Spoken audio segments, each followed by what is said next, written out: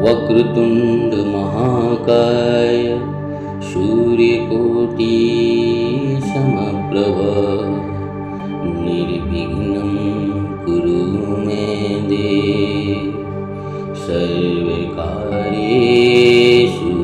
सर्वदा। जय श्री गणेशाय नमः। ओम जय महाकाली महालक्ष्मी महासरस्वतीयो नमः। नमस्तस्यै नमस्तस्यै नमस्तस्यै नमो नमः। जय माता दी दोस्तों। महाकाली महालक्ष्मी महासरस्वती देवी का महासमावेश है दुर्गा सप्तशती ग्रंथ से तीनों माता रानियां प्रसन्न होती हैं, जिससे धन शक्ति और ज्ञान से संपन्न व्यक्ति जहाँ भी जाता है मान सम्मान धन वैभव से परिपूर्ण होकर ही लौटता है। वह ऐश्वर्य को प्राप्त करता है। इसलिए हम दुर्गा चंडी सप्तशती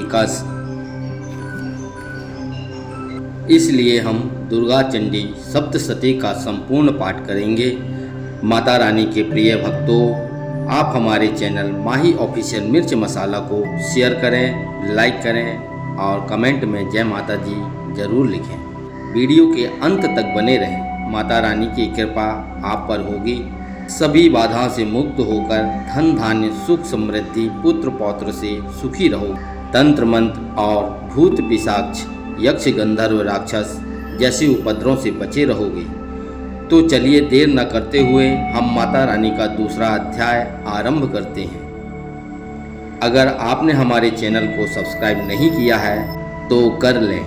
माता रानी आपकी सभी इच्छाओं की पूर्ति करेंगी। जय माता दी।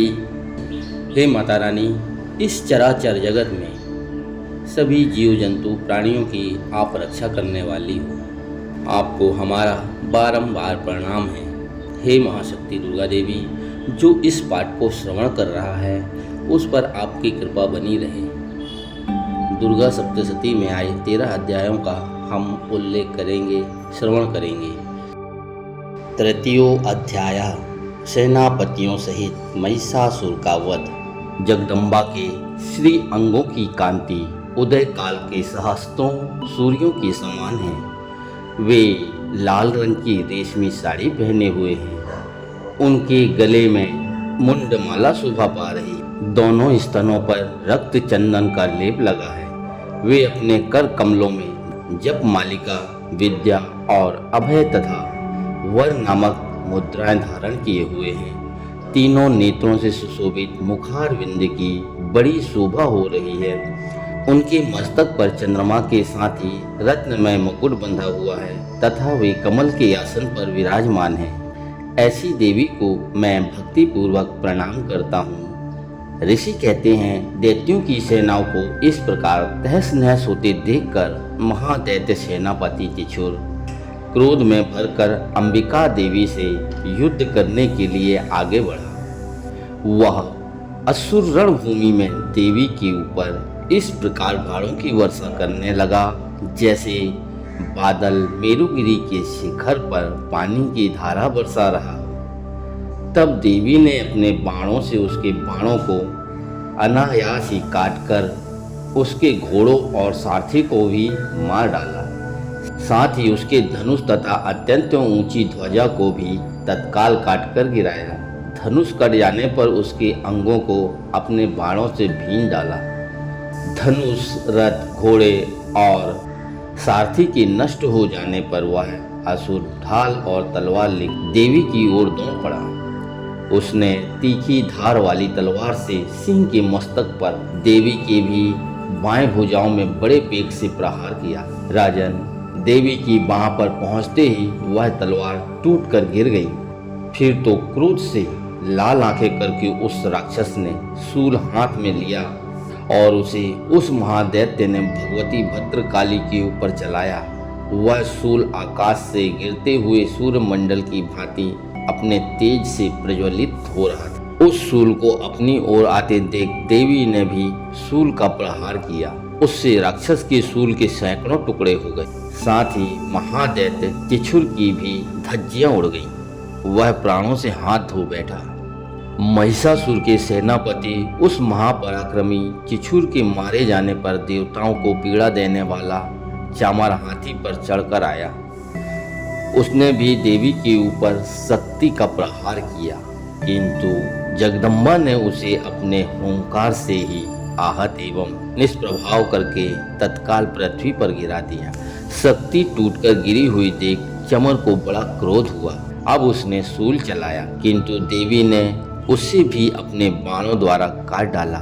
इतने में ही देवी का सिंह उछलकर हाथी के मस्तक पर चढ़ बैठा और उस दैत्य के साथ खूब जोर लगाकर बाहु युद्ध करने लगा। वे दोनों लड़ते लड़ते हाथी से पृथ्वी पर आ गए और अत्यंत क्रोध में भरकर एक दूसरे पर बड़े भयंकर प्रहार करते हुए लड़ने लगे। तदंतर सिंह बड़े वेग से आकाश की ओर उछला और उधर से गिरते समय उसने पंजों की मार से चामर का सिर धड़ से अलग कर दिया। इसी प्रकार उदग्र भी शिला और वृक्ष आदि की मार खाकर रणभूमि में देवी के हाथ से मारा गया तथा कराल भी दांतों, मुक्कों और थप्पड़ों की चोट से धराशायी हो गया। क्रोध में भरी हुई देवी ने गदा की चोट से उद्दत का कचूमन निकाल डाला। भिंदी पाल से वस्कल को तथा बाणों से तम्र और अंधक को मौत के घाट उतार दिया। 3 नेत्रों वाली परमेश्वरी ने त्रिशूल से उग्रास्य, उग्रवीर्य तथा महाहनु नामक दैत्यों को मार डाला। तलवार की चोट से विडाल के मस्तक को धड़ से काट गिराया। दुर्धर और दुर्मुख इन दोनों को भी अपने बाणों से यमलोक भेज दिया। इस प्रकार अपनी सेना का संहार होता देख महिषासुर ने भैंसे का रूप धारण करके देवी के गणों त्रास देना आरंभ किया। किन्हीं को थुथुन से मारकर, किन्हीं के ऊपर खुरों का प्रहार करके, किन्हीं को पूंछ से चोट पहुंचाकर, कुछ को सींगों से विदीर्ण करके, कुछ गणों को वेग से, किन्हीं को सिंह नाद से, कुछ को चक्कर देकर और कितनों को निःश्वास वायु के झोंके से धराशायी कर दिया। इस प्रकार गणों की सेना को गिराकर वह असुर महादेवी के सिंह को मारने के लिए झपटा। इससे जगदम्बा को बड़ा क्रोध हुआ। उधर महापराक्रमी महिषासुर भी क्रोध में भरकर धरती को खुरों से कुरेदने लगा तथा अपने सींगों से ऊंचे ऊंचे पर्वतों को उठाकर फेंकने लगा और गर्जना करने। उसके वेग से चक्कर देने के कारण पृथ्वी क्षुब्ध होकर फटने लगी। उसकी पूंछ से टकराकर समुद्र सब ओर से धरती को डुबाने लगा। हिलते हुए सींगों के आघात से विदीर्ण होकर बादलों के टुकड़े टुकड़े हो गए। उसके श्वास की प्रचंड वायु से वेग के उड़े हुए सैकड़ों पर्वत आकाश से गिरने लगे। इस प्रकार क्रोध में भरे हुए उस महादैत्य अपनी ओर आते देख चंडिका ने उसका वध करने के लिए महान क्रोध किया। उन्होंने पास फेंककर महान असुर को बांध लिया।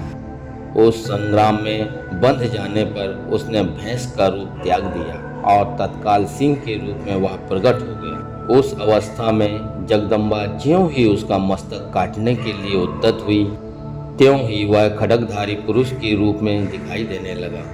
तब देवी ने तुरंत ही बाणों की वर्षा करके ढाल और तलवार के साथ उस पुरुष को भी भीन डाला।